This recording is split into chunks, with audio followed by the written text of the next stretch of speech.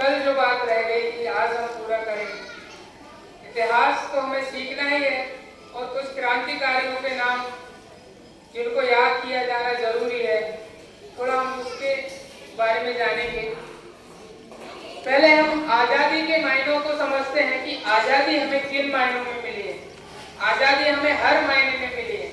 भौगोलिक आजादी हमें मिली है, सामाजिक आजादी हमें मिली है, राजनीतिक आजादी हमें मिली है और धार्मिक आजादी हमें मिली है, सांस्कृतिक आजादी हमें मिली है, असमानता से आजादी हमें मिली है। असमानता इस मायने में कि हमसे जाति के आधार पर भेदभाव, जाति के आधार पर शोषण, धर्म के आधार पर शोषण या धर्म के आधार पर हमसे भेदभाव, जन्म स्थान के आधार पर हमसे भेदभाव।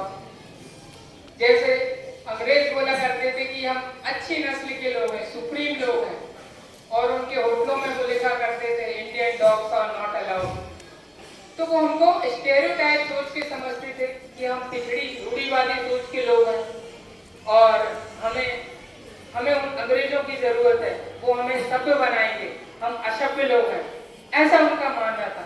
लेकिन भारतीयों की इंटेलिजेंस की बिल्कुल इस मान है। छुआछूत से हमें आजादी मिली और ये हमारे फंडामेंटल राइट्स में भी हमको ये आजादी दे दी, सरकार भी इनको नहीं छीन सकती। आर्टिकल 14, 15, आर्टिकल 16, 17 जो अस्पृश्यता को खत्म करता है, ये सारे अधिकार हमको कानूनी रूप से मिल गए हैं। अगर आप कोई ऐसा भेदभाव हमसे करता है या हमसे असमानता दर्शाता है तो हम सीधा हाई कोर्ट, सुप्रीम कोर्ट जा सकते हैं, इसको सरकार भी हमसे नहीं छीन सकती है। फिर हम देखें कि आजादी के टाइम हमें बोलने की आजादी नहीं थी, प्रेस की आजादी नहीं थी, कहीं भी भ्रमण करने की आजादी नहीं थी, संगठन बनाने की आजादी नहीं थी। क्यों? क्योंकि हम संगठन बनाएंगे तो क्रांतिकारी एक्टिविटी करेंगे और सरकार के खिलाफ कुछ लिखेंगे तो लोगों में क्रांतिकारी की भावना पैदा होगी। 1905 में स्वदेशी आंदोलन के दौरान प्रेस पर सेंसरशिप लगा दी। 1919 में 1942 भारत छोड़ो आंदोलन में ऐसा किया। फिर दूसरा है गरिमापूर्ण जीवन जीने की आजादी। जीवन जीने का अधिकार दिया है आर्टिकल 21 जो यह कहता है कि आपको गरिमापूर्ण जीवन जीने का अधिकार है।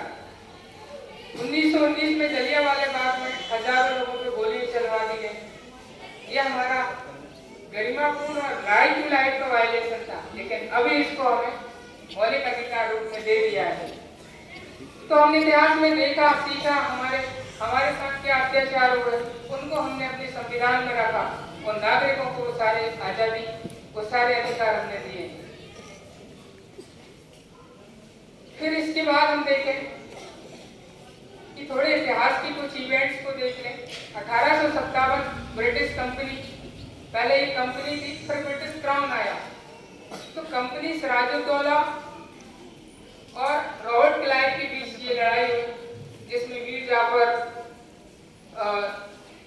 की षड्यंत्र के कारण, उसकी गद्दारी के कारण ये युद्ध हार गया और ब्रिटिश कंपनी की नींव पड़ी यहाँ से। फिर करीबन 100 साल बाद जब इन्होंने हमारा हर तरीके से शोषण किया, राजनीतिक शोषण, सामाजिक शोषण, धार्मिक शोषण और सांस्कृतिक शोषण, मतलब हमारे धर्म में भी हस्तक्षेप करना, हमारी जातियों में हस्तक्षेप करना, ये सारे हस्तक्षेपों से हमारे देश की जनता त्रस्त हो गई थी या परेशान हो गई थी। फिर 1857 में मंगल पांडे ने विद्रोह कर दिया, क्योंकि जो कारतूस बना हुआ था वो गाय और सुअर की चर्बी से बना था, जिसमें मुस्लिम धर्म और हिंदू धर्म दोनों आघात हुए या उनको ये बुरा लगा कि हमारे धर्म से ऐसा भेदभाव किया जा रहा है। मंगल पांडे, झांसी की रानी तात्या टोपे, इन सभी वीर क्रांतिकारियों ने अपना बलिदान दिया और लड़ते लड़ते मारे गए। ऐसे क्रांतिकारी वीरों का मैंने नमन। और उन्होंने ये दिखा दिया कि अंग्रेज अपराजित नहीं है, इनको हराया जा सकता है। इस क्रांति, स्वतंत्रता की प्रथम क्रांति इसको माना जाता है और इस क्रांति ने भारत की जनता को ये दिखा दिया कि अंग्रेजों को हराया जा सकता है। फिर इसके बाद 1885 में इंडियन नेशनल कांग्रेस की स्थापना हुई और पिटीशन प्रेयर का दौर चालू हुआ।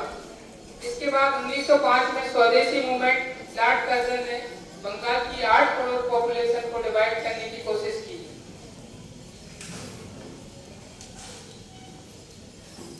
लोगों को हिंदू, मुस्लिम या हिंदी और उड़िया भाषा में इन्होंने डिवाइड कर दिया। इसके विरोध में मूवमेंट चला, स्वदेशी मूवमेंट, भी स्वदेशी बाय स्वदेशी। स्वदेशी कपड़े का हम खरीदेंगे और विदेशी सामानों का बहिष्कार करेंगे। इसमें प्रमुख नेता मॉडरेट के थे सुरेंद्रनाथ बनर्जी, आनंद मोहन बोस, के मित्रा जैसे आदि इत्यादि लीडरों ने इस आंदोलन में सहयोग दिया। इसमें ही कुछ एक्सट्रीमिस्ट लीडर थे, जिसमें लाला लाजपत राय, बाल गंगाधर तिलक, बिपिन चंद्र पाल, श्री अरबिंदो, इन लोगों ने भी क्रांति को आगे बढ़ाया। इन लोगों ने कहा कि इस आंदोलन को हम बंगाल से बाहर लेके जाएंगे। मॉडरेट और एक्सट्रीमिस्ट थोड़ी मतभेद आ गई इनमें और यहाँ तक मल्टी डायमेंशनल अप्रोच से देश को आजादी मिली।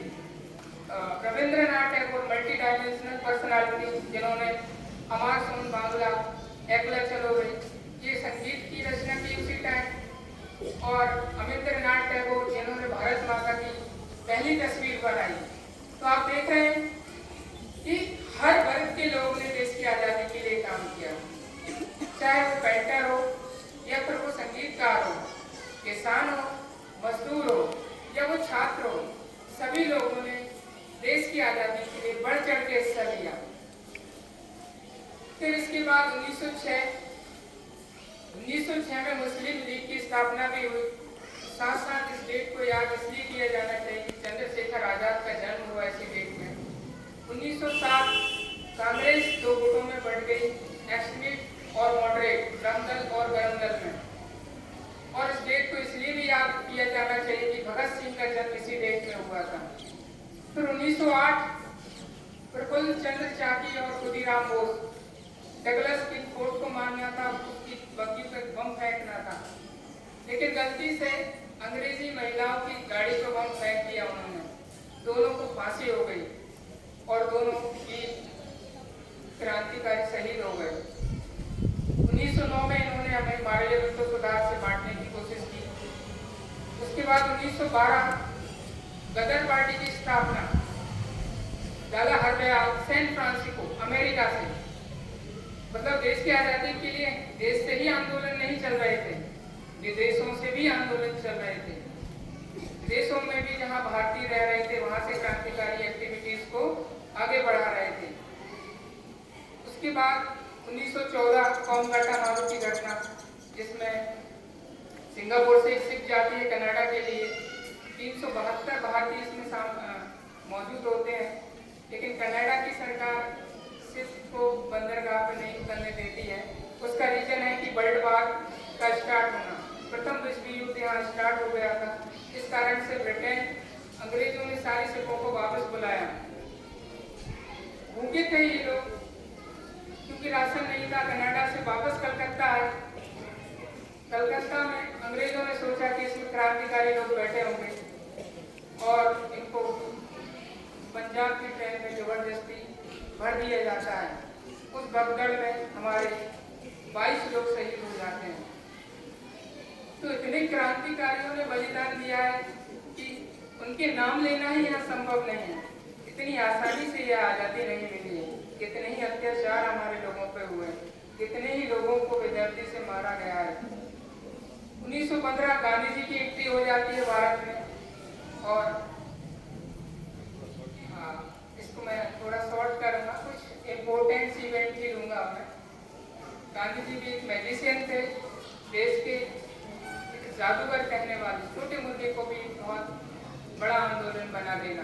इनका चंपारण आंदोलन, खेड़ा और अहमदाबाद के तीनों आंदोलन सफल रहे। 1919 जलियांवाला बाग, जिसमें जनरल डायर ने 72 लोगों पर गोली चलवा दी। बैसाखी का दिन था 13 अप्रैल 1919। लोग रोलैक टैक्स के विरोध में इकट्ठे हुए थे। और 9 अप्रैल को सफुद्दीन किचलू और डॉक्टर सत्यपाल को गिरफ्तार कर लिया था। तो लोग निहत्थे थे, सभी वर्ग के थे, बालक थे, महिलाएं थी और जनरल डायर आया और फायरिंग का आदेश दिया। 10 मिनट फायरिंग में 1600 राउंड चले, जहां भी लोग थे कि गोली मार दी गई, हजारों लोगों की मौत हो गई। जलियांवाला बाग में लाशें बिछ गई। लोगों ने भागने की कोशिश की लेकिन भागने नहीं दिया गया। उनके पास एक ही ऑप्शन बचा मौत का। सारे दरवाजे बंद थे, लोग कुएं में कूदने लगे, कई महिलाएं कुएं में कूद गई। 120 लाशें उस कुएं से निकाली गई। तो पूरा जलियांवाला बाग खून से सन गया। कितने ही बलिदान इस देश के लिए हुए। उसी में उधम सिंह भी मौजूद थे, यंग। उन्होंने कसम खाई कि जिस वजह से, जिस जनरल डायर की वजह से ये आदेश हुआ है उसको मैं मार के रहूंगा। एक ही लक्ष्य बना लिया जीवन का। 21 साल लगे थे। जनरल डायर 1927 में बीमारी के कारण मारा गया, लेकिन जनरल ओडवायर, जिस कमेटी इंटर कमीशन में उसने जांच की थी, उसने जनरल डायर को बरी कर दिया था। तो उधम सिंह अमेरिका गए, अमेरिका से इंग्लैंड गए और जनरल ओडवायर को 3 गोली मार दी और इस तरीके से उन्होंने अपना बदला पूरा किया। 1920 असहयोग आंदोलन, देश में असहयोग आंदोलन चले। मैं सॉरी करूंगा, इम्पोर्टेंट डेट ही लूंगा। और उसके बाद भगत सिंह भारत में साइमन कमीशन आया। लाला लाजपत राय, जिसको बोल रहे थे गो बैक साइमन, तो लाला लाजपत राय की 1928 में लाठी के कारण मौत हो जाती है। 24 दिन बाद ही भगत सिंह और राजगुरु सैंडर्स की हत्या कर देते हैं। उसके कारण इन लोगों को पकड़ लिया जाता है। अभी इनको नहीं पकड़ा जाता, सॉरी। इनको 1929 में जब ये असेंबली में बम फेंकते थे, बटुकेश्वर दत्त और भगत सिंह को ये काम सौंपा जाता है और चंद्रशेखर आजाद ये बम बनाने का काम करते हैं। तो जब ये बम बना के असेंबली में बम फेंकते और कुछ पर्चे भी फेंकते हैं कि बहरों को सुनाने के लिए धमाके की जरूरत होती है। इस तरीके के इनके क्रांतिकारी विचार थे। उसके बाद इनको गिरफ्तार किया जाता है, जिसमें भगत सिंह, राजगुरु और सुखदेव, तीनों को फांसी पर चढ़ा दिया जाता है। जेल में भी इन्होंने भूख हड़ताल की, 116 दिन की भूख हड़ताल की, जिसमें इनका एक साथी जतिन दास 64 दिन की भूख हड़ताल में ही मारे जाते हैं। पानी नहीं दिया जाता था, पानी की जगह दूध देते थे ताकि इनका भूख हड़ताल तोड़ा जा सके। 1930 अवज्ञा आंदोलन गांधी जी का, या नमक कानून तोड़ो आंदोलन भी इसको कहते हैं, ये भी काफी सफल रहा। अंग्रेजों के हर कानून को तोड़ेंगे अब हम, उनकी किसी बात को हम नहीं मानेंगे। 1929 का लाहौर अधिवेशन, जिसमें जवाहरलाल नेहरू अध्यक्ष थे और देश को